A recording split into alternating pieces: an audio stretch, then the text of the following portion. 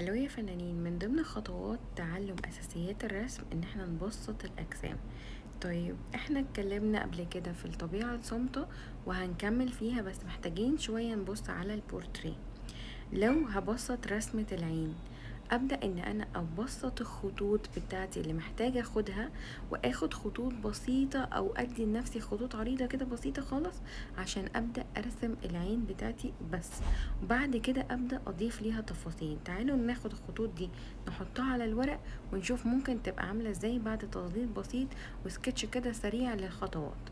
اول حاجة خالص انا خدت الخطوط العريضة اللي عملتها على الصورة وبدأت ان انا اشتغلها على الورق بتاعي. تمام، نزلتها خطوط هندسية بسيطة جدا مفيهاش اي تفاصيل.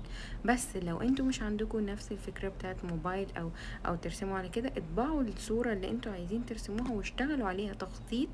يعني اعملوا بلان كده على الرسمة نفسها او الصورة نفسها، وبعد كده نزلوا البلان اللي انتوا عملتوها دي بخطوط خفيفة قوي على السكتش بتاعكم.